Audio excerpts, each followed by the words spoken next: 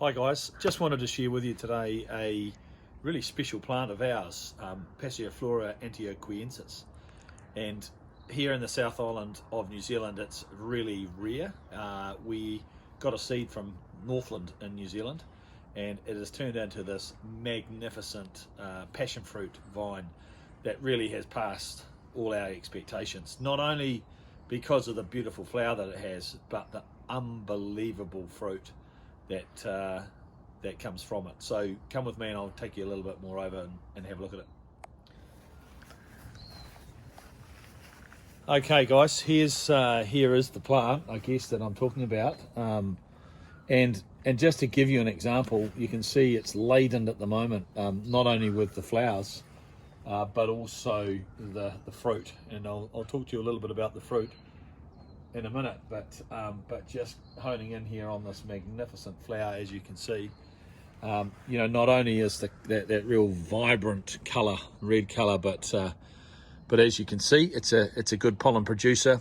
The plant itself is native to Colombia, and it's actually fertilised through the hummingbird over there, but it is regarded as self-fertile. But what I have been doing, as you can see down here, is actually doing a little bit of assistance. So I'm actually doing some fertilisation myself as well. You can see a little bit of the water and the nectar that comes from here. Quite popular with the ant population as well. Doesn't seem to be having too much negative impact at the moment, but as you can see, what tends to happen is the flower itself, is on at least a 12-inch direct from the vine, a 12-inch cord here from the vine, and it is quite stunning. It tends to like the overhang situation. So if you see here along, it'll show you that actually it drops from underneath the plant itself. But in this case, just to give you an example, this is sort of the stage, I guess. We go from very much the smaller beginnings, which here we see the flower will come from, and from that stage we then turn into, obviously we showed before, just this magnificent flower itself. From there, what tends to happen is we just move over, it comes up to, the flower dies away, of course, and we start to get the fruit itself coming through.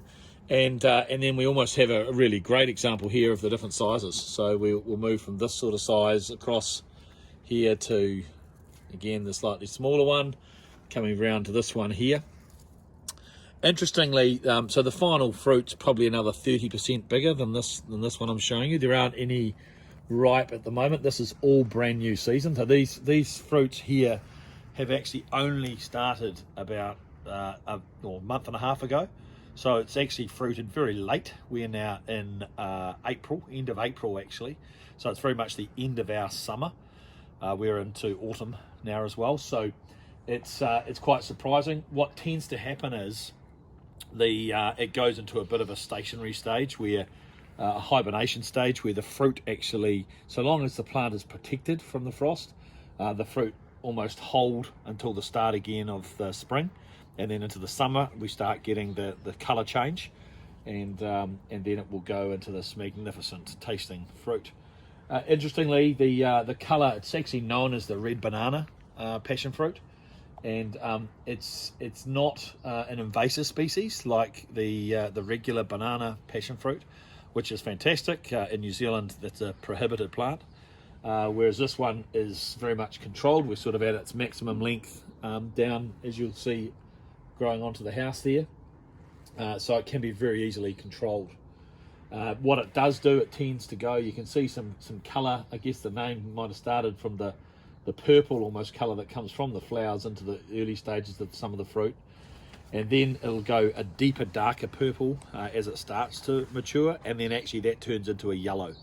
So we end up with a longish yellow fruit, and at that stage we know that it's ripe. So I mentioned before that it's quite late in the season here in terms of the autumn period, the April, almost bordering on May period. And it does, for some reason here in New Zealand, that seems to be, certainly down here in Christchurch, We're on the hill, so I think that helps with the climate, but it does seem to impact on the when this plant flowers and also the fertility of the flower, just to make sure that I maximise the flowers, because the family loves eating this passion fruit.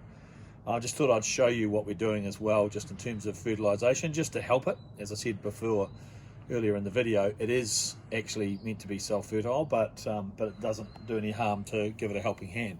So the plant itself, I pollinate, or help pollinate, just by clipping off the pollen and applying that just gently over here, straight on the stigma. And as you can see, the pollen just rubs off. Really interestingly though, some of the pollen that's produced varies from flower to flower, and I'll give you an example of that. You can see on here, it's got really thick pollen, or certainly had thick pollen on it. But another example is, let's choose another flower here. So over here we can see just that there isn't the same level of pollen that it's being produced. So I'm not actually aware. Someone out there might be able to help us why that is the case, where the pollen produced is not quite the same. But so we don't leave it all up to nature. This is such a valuable, delicious fruit that we're really keen to try and make all the flowers turn into these delicious fruit.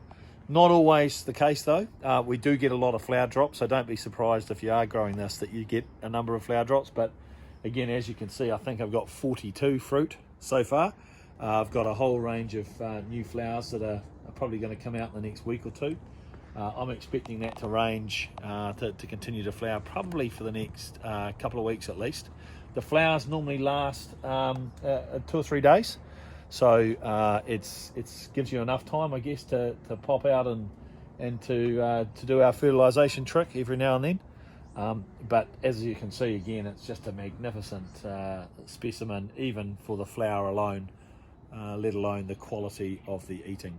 It's a shame I can't show you the inside of the passion fruit, and of course you can't taste it, but you have to trust me that this will be the sweetest passion fruit that you're likely to try.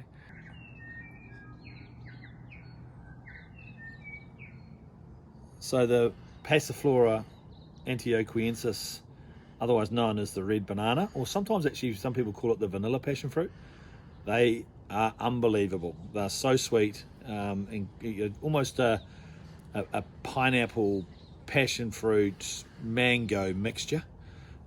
Really is delicious, and thoroughly recommend having a go at it. It's not going to be able to be grown in all sorts of conditions, but we are hopefully sending this message out so that those of you that are in the South Island of New Zealand and maybe in some slightly cooler temperatures can know that it can be grown. It just needs a little bit of love and care, particularly over the winter. We do get probably 3 or 4 frosts where we are up on the hill in Christchurch, and that needs protection. So I have seen other videos about this plant that unfortunately, the plant has died as a result of a couple of cold frosts. So protect your plant, but look forward to some amazingly tasty Passiflora, and I look forward to hearing your stories for those of you that have grown it or can have a go at growing it, because you will not be disappointed.